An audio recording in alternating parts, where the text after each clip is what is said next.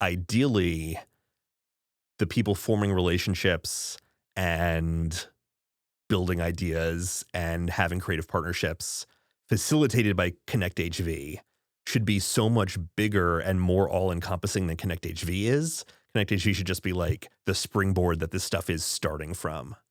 Like, to me, the dream is like someday people will just accept it as a given that there's this thing called ConnectHV, and like no one will know where it came from. It's just like, oh yeah, like the Hudson Valley has this thing ConnectHV, and no one will be able to like remember how it started or where it came from. It just will be treated as accepted fact, like, oh yeah, that exists.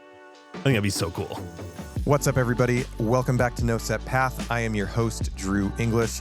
So today, I'm talking with Jordan Koschei about what happens when you don't fit into a neat professional box. Jordan comes from the tech world as a developer and product person, but he's also building something really special for creatives right here in the Hudson Valley. We talk about his project ConnectHV, a community platform bringing together local artists, entrepreneurs, and makers. But what I really love about this conversation is how we get into the playful nature of creative work, how building a business or a community is really just a more sophisticated version of stacking blocks as a kid, and why that sense of exploration and wonder is what keeps us all going. If you're enjoying these conversations, be sure to check out the No Set Path newsletter on Substack at thedrewenglish.substack.com. And with that, let's jump right in. What is your like default coffee that you drink? I'm a very simple man. I'm a black coffee. Although I used to be an AeroPress guy, which I still am, but I got lazy. So now I found a Braun, like just a Braun coffee maker from the 90s. So I went Perfect. a little retro. It's great. Yeah. And the thing I love about it is that it's always the right temperature. Like that's the thing. I was bad at getting the AeroPress to the right temperature. Mm-hmm. Yeah. The Braun is always the right temperature. What is like? Do you have a preferred like bean or No? where do you get coffee? I'm kind of an equal opportunity coffee drinker. I like darker and maybe oilier is kind of my move. That's kind of what I like more. But how about you? So I also go with just the black coffee. Yeah. I was trying to go just decaf, and then I had kids, and now I'm like 2 to 3 cups of the high strength stuff every day. I tried for a while. I was just getting like just a variety of local coffee shop beans. Yeah. But what I've settled on is Tracks in Beacon. Oh, cool. Their No Sleep Till Beacon has become my like default. Oh, I'll have to check that out. We have good. We have Monkey Joe here. They're pretty good. Well, thanks for doing this, man. You kind of exist outside the world of like the guests I've traditionally had on the show, right? But you're doing really interesting things locally. You're acting as a really huge connector of people. And you also ride this line of being in the tech world, but also being a creative, and you're into like photography and you shoot a lot of stuff on your drone, and like you ride a very interesting line. So I thought it would be great to have you in and chat with you about what makes you tick and like what you're interested in, and, you know, learn a little bit more about what you're doing locally here with ConnectHV and things like that. So Sounds great. yeah, thanks again for being here. Really Thank appreciate you. it. You bring up a good question, which is I don't know how to describe what I do, what I am. And I've like sort of always had that issue where like, I guess professionally I'm a designer, but I don't actually just design. I spend most of my time in code, but I'm not a software engineer because I also do design work. And yeah, I've just never really had a name for what I do. And that strikes me as the most interesting professional challenge to have. Yeah. We're like sort of in between everything. That is something that I relate to a lot because I basically tell people all the time, well, I don't know what I actually do, right? Yeah. There are things that I can do. There are things that I do to make a living, and they look like a few different things on any given day. But really at my core, I'm still on that like self-identifying quest of like, well, what is it that I do? Or am I ever going to figure it out? And am I just going to keep exploring and keep trying things on, which is really evident, you know, in what you're doing. So what's it been like for you as a Hudson Valley native, just keeping your roots here and growing like a career and a life and kind of diversifying what it is you do? Do you want the long answer or the very long answer? Let's go with long or, whatever. We have Yeah. hard drive space. It's fine. So I grew up in Wallkill, very southern tip of Ulster County. Basically, you could throw a rock and be in Orange County. And I grew up there, went to Wallkill Central School District, go Panthers, though I wasn't a sports guy, so it doesn't mean that much to me. I was the rare person who always knew that I wanted to stay. I feel like I knew so many people who were desperate to get out of the Hudson Valley. And I never quite got it because to me, it felt like the Hudson Valley was the nexus of the universe. And I think there's a version of that that sounds very parochial, but to me, it just seemed like, all right, we've got like, this is the crucible of the American cultural scene. Woodstock happened here. The Culinary Institute of America, which even the French will sometimes acknowledge as one of the best cooking schools on the planet, is right here. A lot of the students stay and will do their Michelin star worthy craft from our local restaurants. The Hudson Valley, the Hudson River School of Art is here. It seems like there is so much going on here. And where else can you go hiking in the morning at a place like Minnewaska and still catch a show on Broadway in the evening? And so to me, this always seemed like a really worthy place to spend time. And I knew so many people who just wanted to get away because they thought the grass was greener. So the only time I ever really left was I went to college out by Pittsburgh, but I knew that I was going to come back. Like as soon as I saw how flat it was, as soon as you go a little bit west, I realized, no, definitely need to be in the Hudson Valley. And when I came back, I, at this point, knew that I wanted to be a professional software designer. And the common knowledge at that point was if you want to be in that field, you either live in San Francisco or you live in New York. And honestly, probably San Francisco. New York City was sort of like the second tier market for that. And so the decision that I found myself facing was I could have the career that I wanted, but not live in a place that I cared very much about. Or I could live in this place that I love, but maybe settle for a mediocre career doing brochure websites for businesses I didn't much have a connection to. And I decided, in the spirit of being like a work to live person, not a live to work person, all right, I'm going to do the Hudson Valley thing. I'm going to try and make a go of it as a creative person here. And at this point, keep in mind, I'm like 22, so still fairly ignorant and stupid. That's not to say that all 22-year-olds are, just I was at that age. Most are. That's fine. I didn't know what I was talking too. about. I was too. I figured, all right, maybe there are like a few dozen other people doing work that I find interesting and creatively satisfying in the area. And then someone cold DM'd me on Twitter, back when Twitter was a thing that you could use in good conscience, and was like, we're starting this thing called the Hudson Valley Tech Meetup. You should come. It's like some random night in Poughkeepsie. I hate networking events. They just seem really like cringy to me. I'm sure we'll get back to that because we will. That's why I'm here. But I figured, you know what? I have nothing else going on. I don't know that many other people who are still in the area. I'll go. And instead of the 12 people that I assumed, it was like 85 people there. And I started going every month. They would have a different event. And it was just full of these extraordinary people doing amazing work. And it wasn't cringy at all. It was really cool. And we had, at one point, our local congressman made an announcement at one of these events. We'd have like the CEO of meetup.com came up from the city because we were one of the larger meetup groups. And it really revealed to me how many people were in the same boat where they were either graduated from life in New York City and came to the Hudson Valley, or you'd stayed in the Hudson Valley and chose to invest your time and energy here.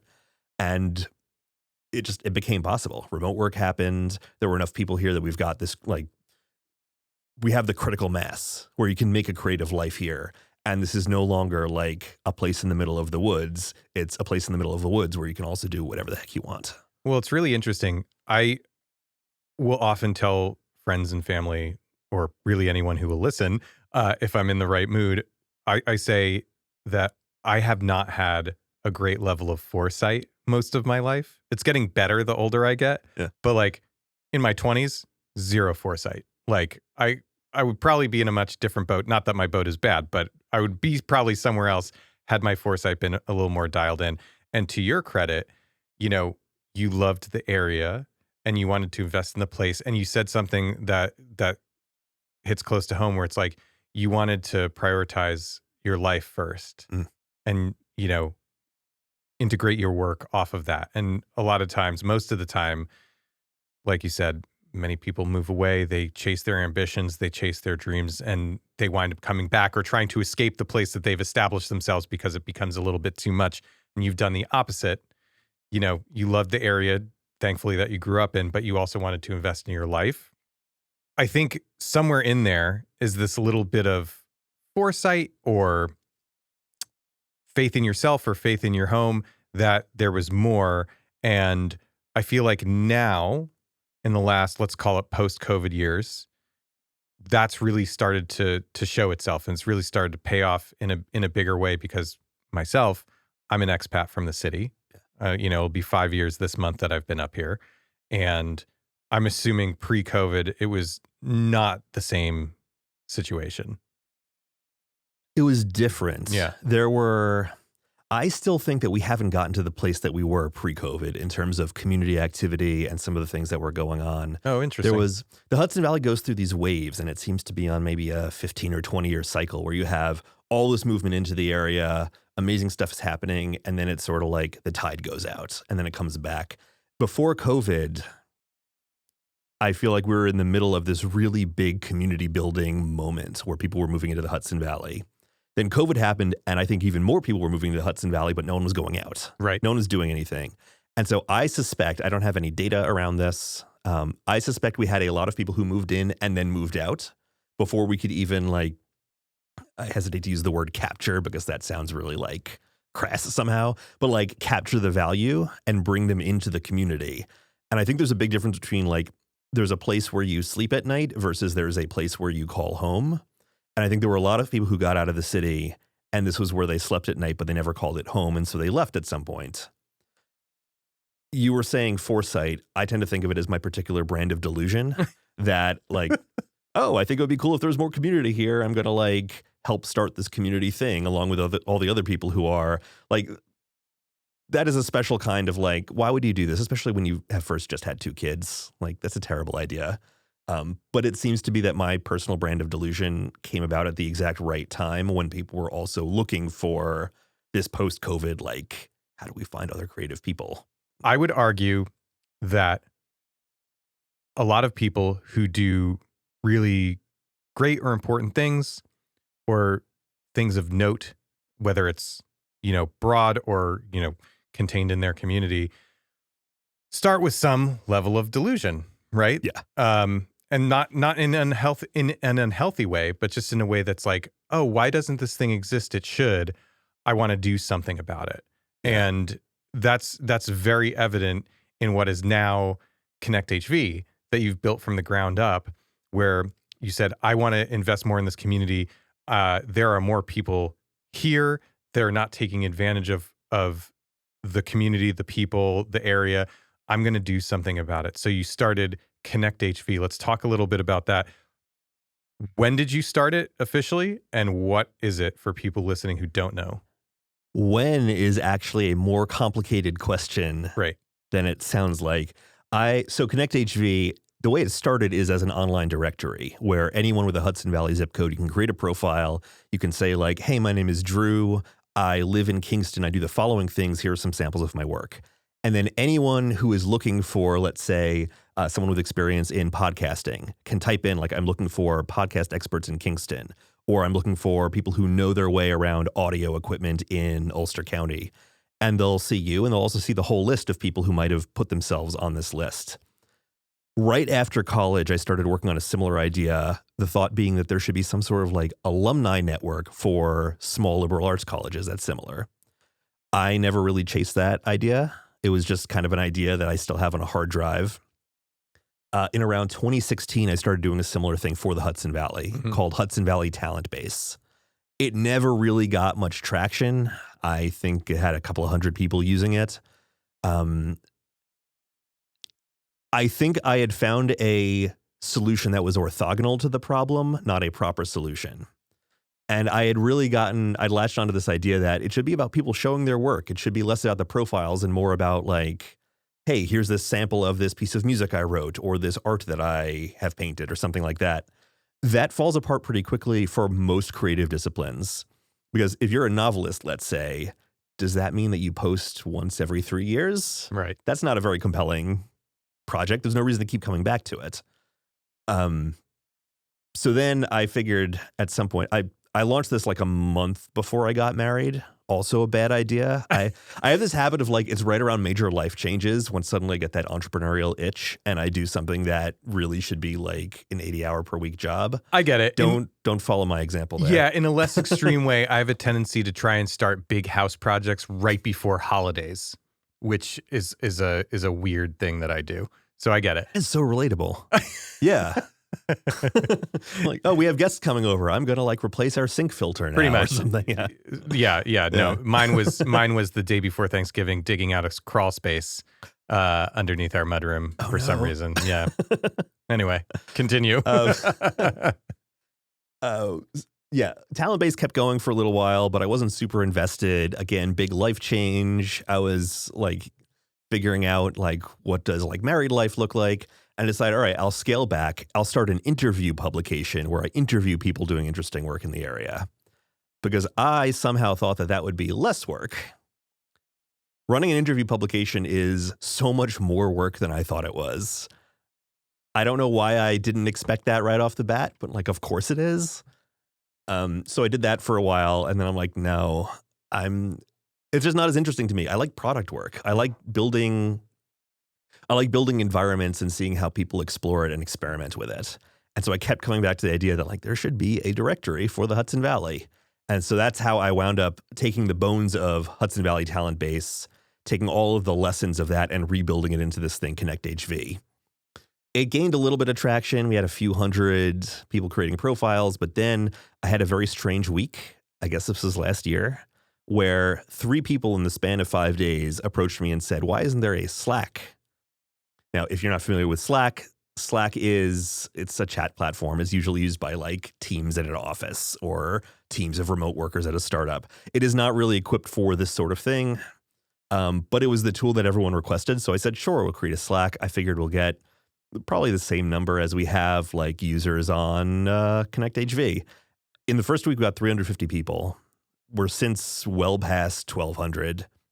And then less than a month after that, venues started reaching out saying like, hey, we've got this co-working space in Poughkeepsie, or we've got this co-working space in Kingston.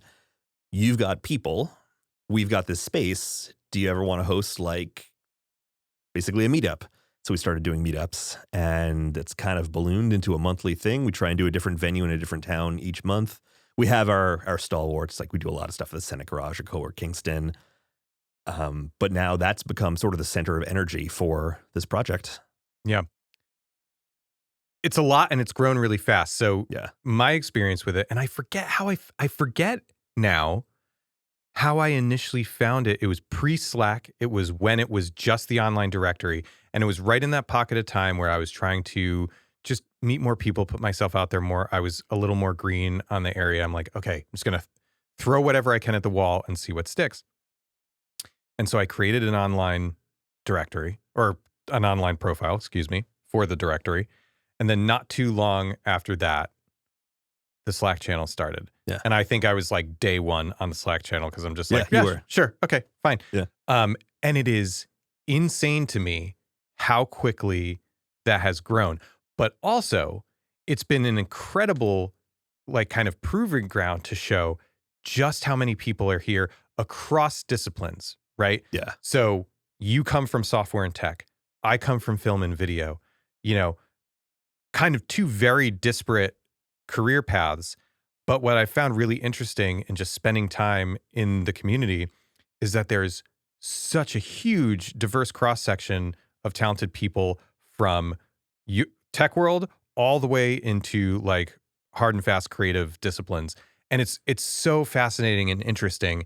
And it's been wild to just kind of see how it's grown.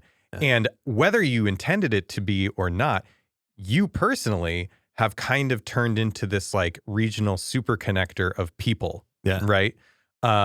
Even something came through on the Slack last night that I have to respond to, where somebody was looking for podcast work and you recommended me, which I appreciate. Yeah. But the point is you, and I know you well enough to know that I don't think you necessarily planned being like the hub of this, but you've kind of yourself turned into a super connector, in the sense that like you're plugging in people together, you're plugging people together and seeing what happens. And what's cool about it is your intention, I think, is very pure. It sounds just from this initial part of the conversation is like, oh, I just want to like build something and see how people play with it or engage with it. And you've been very community focused your whole life, it seems. So it's really just so fascinating to me. And that's why I think whether you want to be or not, you are actually doing the creative entrepreneur work, Yeah. pretty well. Thank you.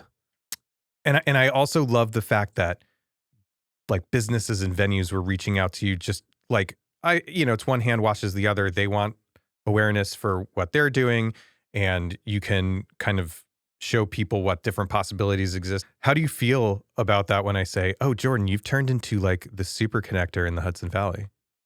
It's fun.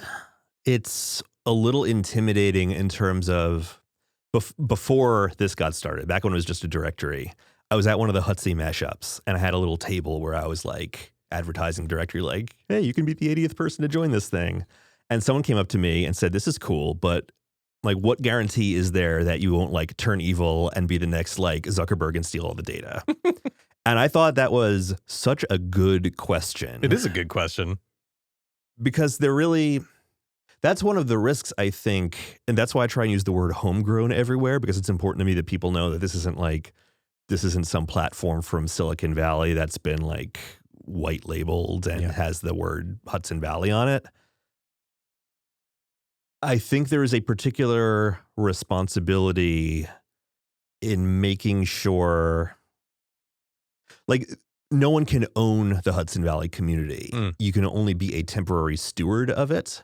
And that's why every time I speak at one of the meetups, I try and emphasize, like, the community was already here. Maybe it took a little bit of work to de-friction, like, people being able to find each other. But, like, the magic is the people who are already there. If I'm hit by a bus tomorrow, I hope I'm not. But if I'm hit by a bus tomorrow, I would hope that things would continue largely as they are. Because I think that, like, it's cool. I like there's like a part of me that's like, this is cool. I like being a super connector. And I like that I'm now able, like, I have this visibility through ConnectHV where I can see all of the different people who are signing up and what they do. And it's pretty easy to, if someone says, do you know someone who's good at podcasting? For me to just immediately think, wait, I know a bunch of people who are good at podcasting because I've seen them sign up. But that also feels like a lot of responsibility, because I guess this is the most lowercase L libertarian thing that you could say, but I sort of think that there should be the least amount of like oversight on high as possible, and community things should happen at the most grassroots level possible. And that includes if I'm the guy who set up ConnectHV, I would hope that I also am not like benevolent dictator for life. Yeah. I think your head and your heart are in the right place where, and it's pretty clear knowing you for a little bit and hearing you talk about it now, that like what excites you about it is not the attention that you are getting personally. Yeah. It is the holy shit, this is something that's actually working, like, and it's growing. And I'll go out on a limb and say, maybe there's even this little bit of like wonderment on your side where you're like, oh, I planted a seed and it's growing. And that's the exciting part. Well, I think that comes back to, we're talking about like the delusion it takes to be a creative entrepreneur. What's exciting to me is that we're getting closer and closer to the vision of the Hudson Valley that was always in my head, but maybe wasn't quite real, where everyone sort of knows everyone. And whether you're new here or you've been here for like 50 years, you can get plugged into a community. And the inclusive, welcoming environment that I've always wanted it to be in my head, it feels like it's being like uncovered a little bit so that even people who haven't been here for that long can see it. That's the part that's really exciting to me. Yeah, it's been a great vehicle just as somebody who's like gone through it in real time. It's been a great vehicle for somebody like me who's looking to just meet more people and just get out in the community more. And now I've been to enough of these things where I see the same people regularly. I meet new people regularly at the meetups. I brought my wife, she went to the first one the other week, and she's like, you're about me. She's like, you clearly are respected in this community. I'm well, I've just sank the time in and like gone out and met more people. And And it's true. Like it's really kind of this thing that's taken on a life of its own in Yeah. a really great way. And I think on the ownership side of things, um, I think the unlock, as much as I will criticize Slack in terms of what it does to my stress level, Yeah. um, I think having something that is more like a messaging platform in real time where people can have like these real time interactions with other folks in the community, I think is the unlock that really helps it grow and helps it kind of grow beyond you being a bottleneck, Yeah. right? For all the criticism I can give, just like living and dying on Slack, it has been really great Yeah. to just have people ask questions, post events, communicate with each other in real time. I think it's something really special, and I hope it keeps growing. So Connect HV is kind of like your, I'll call it your tech baby. I don't know if Yeah. that's like really the right thing to say, but Connect HV is kind of your baby. You, but you do a lot, like, you know, just from the life standpoint. It's This is something that I think about a lot. I know people listening think about a lot. You have a full time job. Yeah. You have 2 kids. Yeah. You have a wife and a house. You have Connect HV that you're managing. How? I don't know. If you figure it out, can you tell me? No, the real answer is I've always worked remotely, which affords a little bit of extra flexibility. I tend to work for very small startups where I know everyone who works there. And it's sort of just assumed that like 9 to 5 is not really the way that everyone operates. Maybe you work when you can work. Um, my kids are 3 and 5, which is a lot more doable now than when they were like 1 and 3. I'm not getting up in the middle of the night to change diapers anymore, which is Pretty fantastic. great. Yeah. Yeah. I don't really know how it all happens. To me, like the order of priorities for me is like my family is way higher on the priority list than like Connect HV and my day Of job. course. Sure. So like that takes as much time as it needs. That's like if Connect HV stuff doesn't happen because I'm like hanging out with my kids, like great, that seems like a good use of time. And another part of it is I've tried to automate as much as possible with Connect HV, so I just don't have to think about it. Hmm. If I don't touch the website for a few months, no one really notices because everything will just keep going on rails. Yeah. Just check in every week or so and just make sure nothing broke. You know, I know it seems maybe like a little bit of a vanilla question of like, well, how do you manage your life? Because everybody has a life to manage. But when I think about it, I think those are the really important things that nobody talks about because people come on shows, podcasts, whatever, you know, everybody's always trying to present their best curated self, Yeah. right? And I think people are kind of, I don't know if they're unwilling to have the conversation, but I just don't think it comes up so much. It's like, well, how are you managing day to day life? You know, like how does that even work? Because even people who are doing quote unquote really big things still have a life and family and all that stuff to manage. So I think it's a question that's important. Yeah. And also, I think it was the right question for you because it's clearly like the balance is a priority for you. And you've kind of like constructed your life around life, like we said, instead of work or career or ambition, Yeah. you know? I mean, the true, though not as pretty answer is like I still struggle a lot with like finding the balance. And what that looks like is sometimes like if it's the day of a Connect HV event and I'm going to spend like several hours doing that, maybe I'm going to work a little bit late too on the day job just to make sure everything is taken care of there. Um, I still try and read every day, but I'm noticing my attention span slipping quite a bit. I think because I'm spending like 2 of my 3 biggest priorities involve staring at a glowing rectangle, I'm noticing in like the Marshall McLuhan sense, my brain more and more taking on the language of the glowing rectangle. And it's like harder and harder to think in a way that's like long form linear thought as opposed to the hypertextual, like jump from this to this to this to this. How does this relate to other stuff? Oh, here, I'm on a random tangent now. It's, 100%. yeah, 100%. I respect you a lot for prioritizing life over work or ambition. And that's kind of in a very like circuitous way where I've wound up, where I was so tunnel vision on like being the best cinematographer I could be for so long and like just climbing the ladder and like doing the whole film industry thing until one day I was just like, wait, what? Like Yeah. what am I actually trying to do? And it, you know, there's a lot of life that's happened in a very condensed period of time for me that has like, you know, changed that literally since COVID. I think in this order was leave the city, get engaged, buy a house, get pregnant, get married. I think that was Wow. have a kid, Join ConnectHV. join ConnectHV right at the end. Yeah. But it's like there's a lot of life that happens, and that was all over the course of what, like 2 years? Yeah. That makes you stop and go, what am I actually doing? Like, what am I actually trying for here? Um, and I think that energy that you put out to the community, taking into consideration all the things we've talked about, I think is contagious in a lot of ways. I think people want that. They crave that. Like people are Hmm. always going to need community and some like real life interaction Yeah. because you're not, I mean, maybe you more so than others because of your line of work, but it's like our whole life is run on screens right now, whether Yeah. you like it or not. And like, sure, you acquiesce a little bit to it.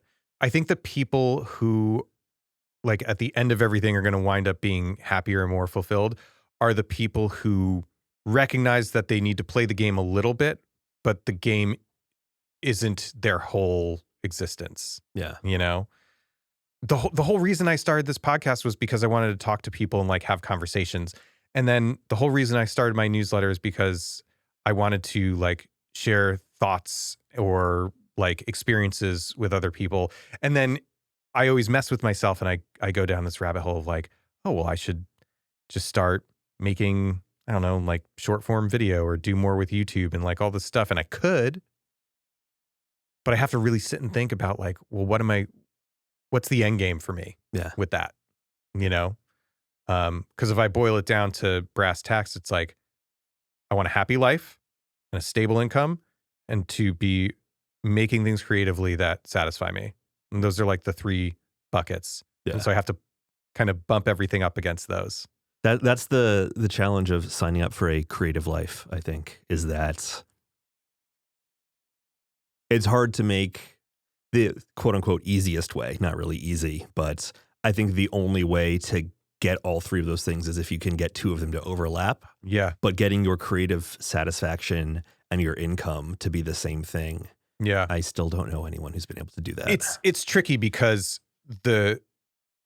you know, you're always trying to get those lines on the graph to intersect, Mhm. right? But it's kind of like approaching the speed of light in like the theory of relativity. It's like you can get ever closer, but you'll never Yeah. cross it. You know, it's like Yeah. you'll infinitely be trying to approach that limit, but you'll never get there. You'll never get them to intersect. It's always something you see on social media. So it's like I take that with a grain of salt. But every time I hear somebody say like, my life is great, like I'm doing the thing I love for work, I'm like, are you really? Like, I want to Yeah. like, I want to tear that down a Never little believe bit. it. I Yeah. want to tear that down a little bit and like look behind the curtain. How do you consider yourself creative? And specifically for you, because you're someone who's coming in here and sitting in this chair, works on the tech side and also runs an online community. And yes, I can like make some correlations between like creativity and blah, blah, blah. But it's like, I want to hear from you.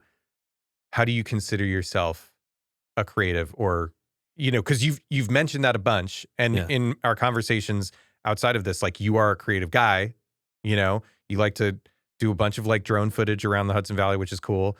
As one outlet for creativity, but like, how do you consider yourself creative? I have a very broad definition.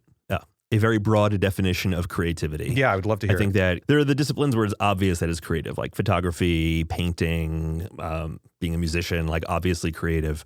I think that any sort of generative work is creative. Anything where you're putting some like raw inputs together and creating something new is creative. I think that it's definitely possible to be like an attorney who's creative or a realtor who's creative. Last time I did any sort of interview, I said accounting can be creative, and then I immediately regretted it because I feel like that has totally different implications. But yes, you can be creative and also be a professional accountant. Yeah, creative accounting yeah. implies different things. For me personally, it's a tricky question because it's one of those things where like I think we all know a little bit what creative means, but then you ask someone to define it and they're like, I don't know. It's just it is. For me, I think making things real that were previously in my imagination, I think is creative. And that's like what I do in the tech world. It's pretty much that's like taking something that's purely mental and turning it into a concrete thing that lives in like pixels and code. I think it's a pretty pure distillation of creativity. But then also something like I really wish there were more opportunities for individuals to socialize in the Hudson Valley. And then being able to piece together like, oh, we've got these people, we've got these venues, we've got businesses that are willing to like kick in some money so that we can buy pizza and it's free for everyone who attends. That is also, I think, a creative act. And I think there's also a bit of a meta level to it because the ideal end game for my branch of creativity is it's enabling other people to be creative. Do you know the difference between a software product and a software platform? This is something I learned recently. I could take a It's guess, but why don't you explain it to me? I'll use actually the Bill Gates definition. Great. This was probably 20 years ago. He was explaining how he viewed Windows, the operating system, as a platform, not a product. And it's that the gross domestic product of companies building stuff and people building stuff on Windows should make so much more money than Microsoft makes from selling Windows. That's sort of how I view ConnectHV, is like ideally the people forming relationships and building ideas and having creative partnerships facilitated by ConnectHV should be so much bigger and more all-encompassing than ConnectHV is. ConnectHV should just be like the springboard that this stuff is starting from. Like, to me, the dream is like someday people will just accept it as a given that there's this thing called ConnectHV and like no one will know where it came from. It's just like, oh yeah, like the Hudson Valley has this thing ConnectHV and no one will be able to like remember how it started or where it came from. It just will be treated as accepted fact like, oh yeah, that exists. I think that'd be so cool. That's a really cool way to wrap up that thought. And yeah, I think creating something out of nothing, no matter what your focus or discipline is, yeah, I think that's very purely creative. Like, no way right now I could build something like what you're working on without some serious AI help. And it wouldn't even get close. But I think there's something also to be said about doing something just for the joy of doing something, or for the like, can I do this kind of question?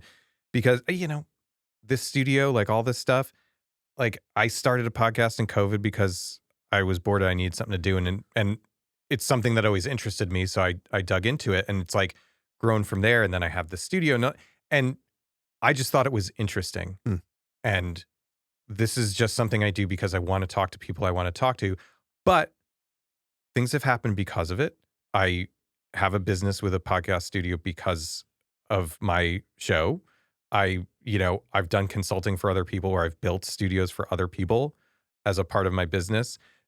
Not intentionally. It all came to me because I just made a thing and put it out there. And it's one of the few times where I didn't attach some outcome to it. I was just like, here you go. I'm going to put this out there, see what happens. It's something I want to do. I'm really bad, or very guilty rather, of consistently attaching outcomes to things. And I think that trips me up sometimes. There's some pragmatic times in life where you should attach an outcome to something. It's like, if my outcome is I don't make any money this month, then the accompanying outcome is I can't pay my mortgage. So it's like, so there's that. The older I get and the longer I'm in like a creative profession, I'm just like, you have to learn how to let go sometimes. Yeah. It's, I watch my kids play and they have no outcome associated with any of it. And there's a phrase I heard a few years ago that it just really brings it home, which is that a creative adult is a child who survived. 100%. And I just love the idea that like creativity is just, it's play. Yeah. That's actually a great quote. Wait, what is it? A creative adult is just a child who survived. Amazing. I have But no idea who said it, but it's like the best quote ever. it's great. Yeah. But I mean, that totally goes hand in hand. Having kids, man, it's been so equalizing on so many ways because not only do you see yourself in them and like all the things that like, you know, you hear people out in the world say, it's like, oh, you'll see yourself in your kids and personality and all this stuff. But when you just see how unfiltered they are with everything, it's really amazing. Not just from like a parental, like emotional level, but also just from like a human level. And I've said this for years. It's like, you know, we'll be walking down the street and hear like a kid throwing a tantrum or something like that or whatever. And I'll say frequently, it's like, well, I still feel that level of emotion with lots of things. I just have 40 years of filters built up over it. And so I think at a visceral level, we are all still have that child mind somewhere. Yeah. Where it's like, yeah, we just want to play and we just want to like have fun and do things that entertain us and you know, making a community for creatives or starting a podcast or whatever we're doing is effectively just a fancier version of like stacking blocks into a tower and like, look, it didn't fall over. Amazing. Let's do it again. You know? When I was a kid, I was an only child. I was bored a lot. And my big hobby was I really liked The Legend of Zelda. And I wanted to make stuff like Legend of Zelda.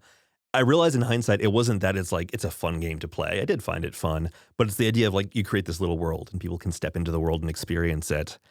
And I realized recently that is, at the end of the day, that's just what ConnectHV is. I'm building a directory now instead of like a little 8-bit fantasy world. Yeah, man. But that's it. But that's the same thing. World building, storytelling, all that stuff that like, that's at the core of the human experience, you know? And that's why I like, oh man, I need to plug in my PlayStation. It's just been sitting in a box forever. But it's like the video games that I always enjoyed. I was never like the RPG guy, whatever. I always enjoyed being able to play a character that moved through a world, right? And it's like, yeah, there's action stuff. It's like, I think of a game like The Last of Us or Ocarina of Time to throw it back to like N64 days. It's like, there's always stuff you need to accomplish. There's action to play through. Like there's all that stuff. And I equate that to like, well, in real life, that's just the things you have to do. Yeah. You know, but the reason I got so immersed in those games has nothing to do with the gameplay. At the end of the day, it has to do with, well, what's the story that we're building? What's the world that we're building? And like, that's what really sucks me in, right? You want to get to the next step to find out what's the next chapter of the story. Like that's what pushes you through a video game. And it's like, I kind of view life that way. Yeah. Although life is a lot more frustrating in so many ways. Yeah. But, you know, I think that's what like keeps me going. Yeah. It's just like, well, what does the next chapter look like? I absolutely have no idea. Yeah. But also I've made it this far. So, you know. The magic, so Ocarina of Time was also like, that was so good. My game. But the real magic there, I always thought this was before you could just look up stuff on the internet, and I didn't have any of the strategy guides. Oh, I 100% had the Nintendo Power Guide for Ocarina of Time. I never had that. Oh, and so to me, the real magic of that game was you'd press start, you'd go to the inventory screen, and you would see all these slots that are not filled up yet. And I would just wonder, what goes there? Yes. Like, what did they come up with that goes there? Exactly. And that... what you just said gives me the same feeling as being like 8 years old or whatever, and like opening up that inventory screen, being like, I wonder what goes there. I think that's it. You know, I think that's really at the crux of everything that we as adults with, you know, families and children and responsibilities and all that stuff kind of lose sight of. Not because we want to, but just because, you know, you only have so much energy and so many hours in the day. Yeah. But it's like, I tell my wife all the time, I'm like, I'm turning 44 this month, right? In no way do I feel it. Yeah. I mean, there's some physical stuff that I feel, but like mentally, emotionally, spiritually, like all that stuff, I'm like, I still feel like a teenager, you know? Yeah. Like I still, when my daughter goes to bed, I'm like, I'm too tired to do it right now.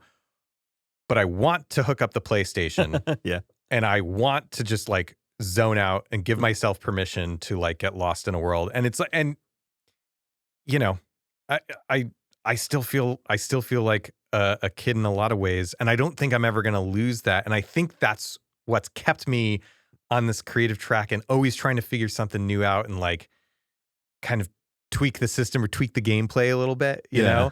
know, just to make it work that much better or give me a little bit more of an advantage. I mean, I think it's a really good analogy, like the gamification analogy, because Mm. it's like, yeah, it's what it all comes down to for me. It's like I don't want to be bored. Like, Yeah. you know, I've been there. I've been in like the mundane routine, and I'm glad I'm out of it, you know? Yeah. Life is too short. Well, so what's next for you? What's next for ConnectHV? What's on the horizon? Got a bunch of things queued up for ConnectHV.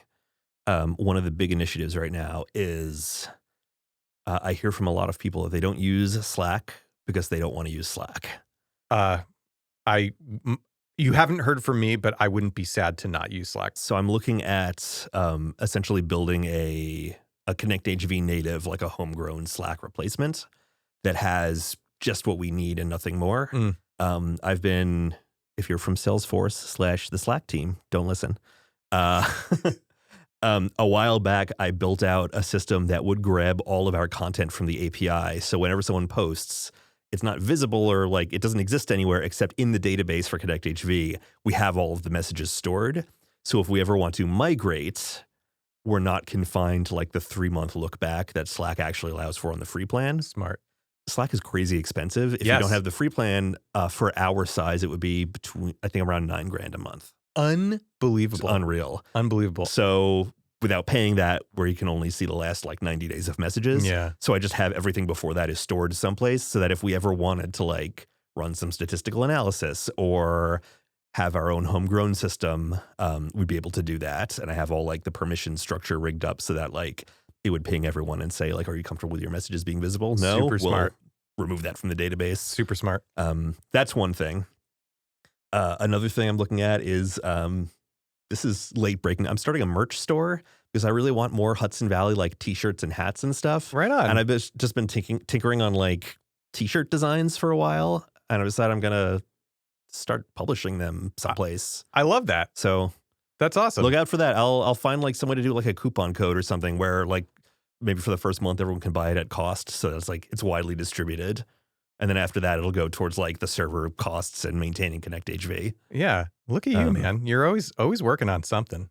Yeah. I don't know if that's a good trait because I flit from idea to idea. Yeah. But I understand last night that. I did spend like 3 full episodes of The Gilded Age doing monoline vector renditions of different bridges in the Hudson Valley. Okay. So well, you know, gonna be a shirt. to each their own. And I think to kind of finish up, where can people learn more about ConnectHV or you personally, if you want to share that, whatever you want? Go to connecthv.com. There's an about page there if you're curious more about like the underpinnings of the project or the philosophy behind it. All that's on the about page. But then you can also sign up there. You can join the Slack through there. You can find out about the upcoming events through there. Amazing. Also, you can find out about me through there. If you like, you'll find my profile on it. And I'm sort of trying to concentrate all my energy there. So that's also how you can find out about me. That's great. Jordan, thanks so much for being on, man. This was Thanks for great. having me on. Really appreciate it. This is fun. Yeah. Yeah. Okay, that's my conversation with Jordan Koschei. You can find everything about ConnectHV at connecthv.com. That's where you can join the community, check out upcoming events, and connect with other creatives here in the Hudson Valley. It's also a great model for community building if you're interested in doing something similar in your own area. Thanks for listening to No Set Path. If this conversation resonated with you, please leave us a 5-star review on Apple Podcasts, Spotify, or wherever you get your shows. Like and subscribe if you're watching on YouTube as well. And don't forget to check out my newsletter on Substack at thedrewenglish.substack.com, where I write about building something meaningful on your own terms. We'll see you next time.